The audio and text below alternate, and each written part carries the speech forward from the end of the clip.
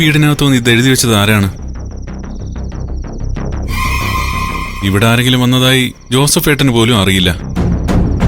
Joseph ഏട്ടൻ ആരെയും കണ്ടിട്ടുമില്ല. Car start ചെയ്ത ആ അജ്ഞാത വ്യക്തി ആരാണ്? അയാൾ തന്നെ ആയിരിക്കണം ഇതെഴുതിയത്.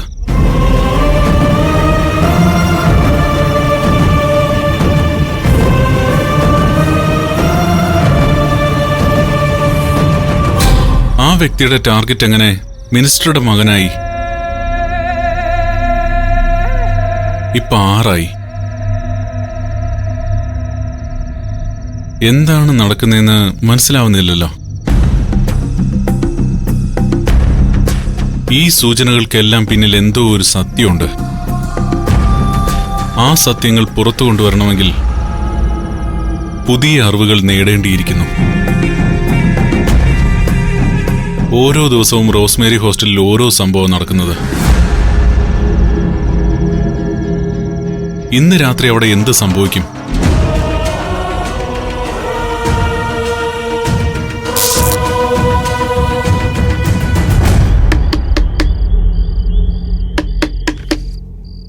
ആരാ വാതിൽ തട്ടുന്നേ? ആരാ നോക്കിയ? ആ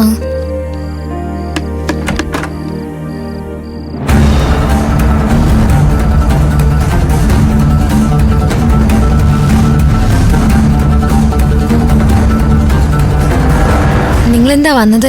നിങ്ങൾ ആർക്കാ കടുത്ത പനിയും കിടുങ്ങലും ഒക്കെ വന്നേ? ഇവക്കാ. നിന്റെ കിടുങ്ങലും പനിയൊക്കെ മാറിയോടി? ഇപ്പൊ കുഴപ്പമില്ല. നിങ്ങൾ ആരാ ഇന്നലെ രാത്രി കിരണിനെ കോൾ ചെയ്ത്? ഞങ്ങളാരും വിളിച്ചിട്ടില്ല. നിങ്ങൾ വിളിച്ചില്ല? ഇല്ല ഇല്ല.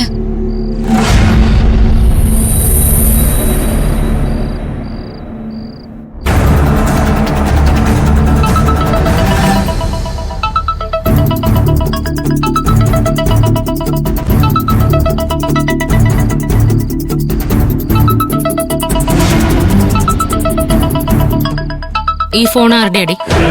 എന്റെയാ. അപ്പൊ നീയാണ് ഇന്നലെ രാത്രി കിരണിനെ വിളിച്ചത്? വിളിച്ചത് ഞാനാ, അത് സത്യവാ. ഇവക്ക് കിടുങ്ങലും പനിയും വന്നോണ്ടാ ഞാൻ വിളിച്ചേ.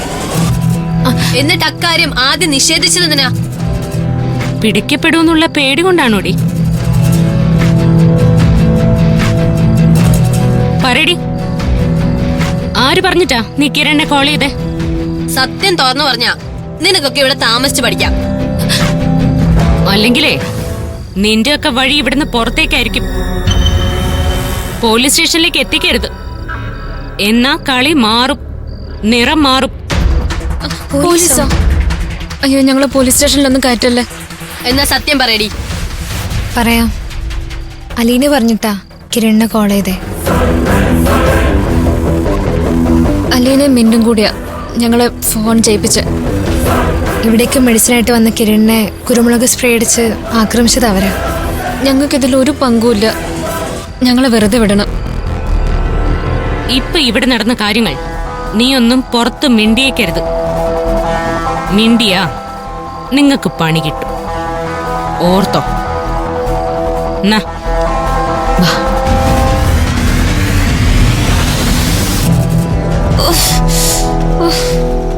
മേഘേ, നീ എന്നെ ഒന്ന് പിടിക്കോ? നടക്കാൻ പറ്റുമോ നോക്കട്ടെ.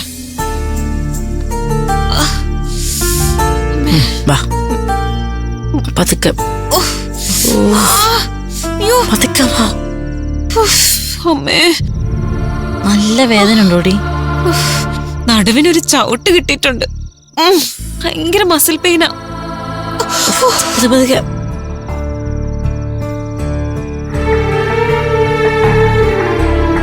പതുക്കെ. ഞാൻ സഹായിക്കാം. വേണ്ട, സാരമില്ല, ഞാൻ നടന്നോളാം. എന്റെ കാല് വയ്യാതായപ്പോ താനല്ലേ എന്നെ സഹായിച്ചത്. മേഘ, വേദന കൂടാണെങ്കിൽ നമുക്ക് കിരണിനെ ഹോസ്പിറ്റലിൽ കൊണ്ടുപോവാം. ഹോസ്പിറ്റലിൽ പോകാന്ന് പറഞ്ഞിട്ട് ഇവിടെ വരണ്ടേ? ഇവളുടെ വേദന കണ്ടിട്ട് എനിക്ക് സഹിക്കാൻ പറ്റുന്നില്ല. കിരണേ, നമുക്ക് ഹോസ്പിറ്റലിൽ പോവാം. അതിന്റെ ഒന്നും ആവശ്യമില്ല. ഇത് റെസ്റ്റ് എടുത്താൽ മാറാവുന്ന വേദനയേ ഉള്ളൂ. ബോക്സിംഗ് റിങ്ങിൽ ഇടികൊണ്ട് വീഴുമ്പോഴേ ആരും ഹോസ്പിറ്റലൊന്നും പോവാറില്ല. അതൊക്കെ തനിയെ മാറാവുന്ന വേദനയാ.